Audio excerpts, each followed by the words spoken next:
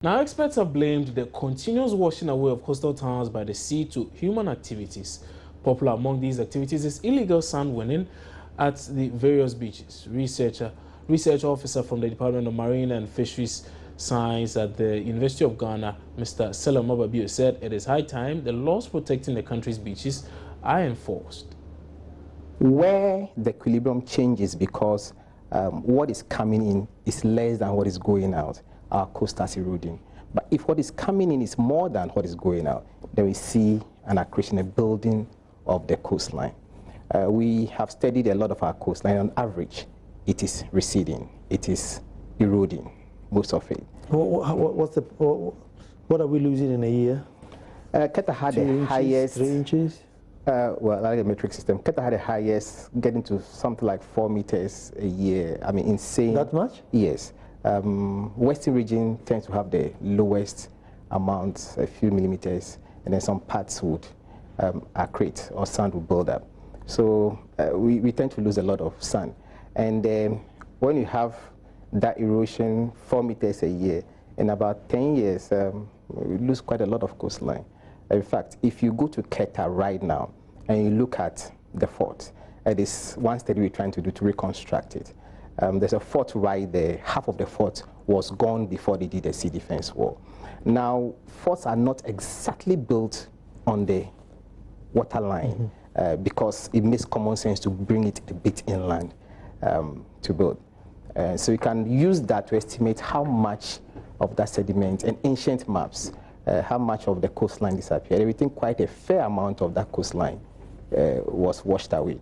A sediment possibly moved along the coast, eventually ended up in the Niger Delta, or possibly moved seawards.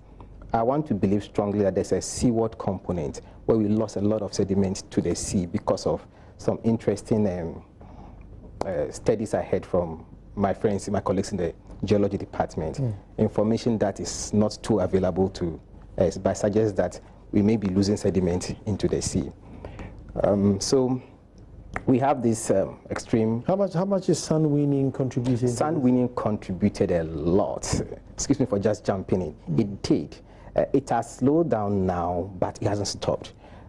My understanding is that possibly George Sidadred was built from sand harvested from the beach. Those it was just normal to go to the beach and pick sand.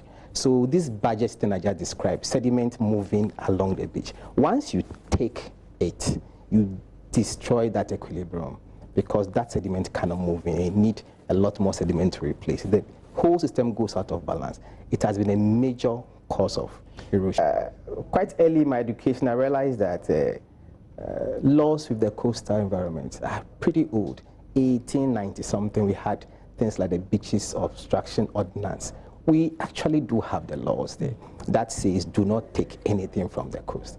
Again, it's the usual Ghanaian system that I don't think I have the capacity or the training to study, but the human aspect of it, that we need to understand. Why do we have laws that says do not take anything from the beach, as we just discussed? It's been there for millennia, or for a long time at least. And then we still go and take things from the beach, and nothing is done to us. Nowadays, what happens is that people go to the beach with cement and mold the blocks there, because clearly you cannot take the sand from the beach now. It is becoming difficult. So they make the blocks right on the beach and transport it that way. And I don't see how the authorities could see a difference between molding the blocks on the beach with the beach sand and taking it away, and taking the sand away. It comes to the same point as far as I'm concerned. And you see this happen in a whole lot of beaches. And erosion, properties are getting threatened. You know, coastal space is quite expensive.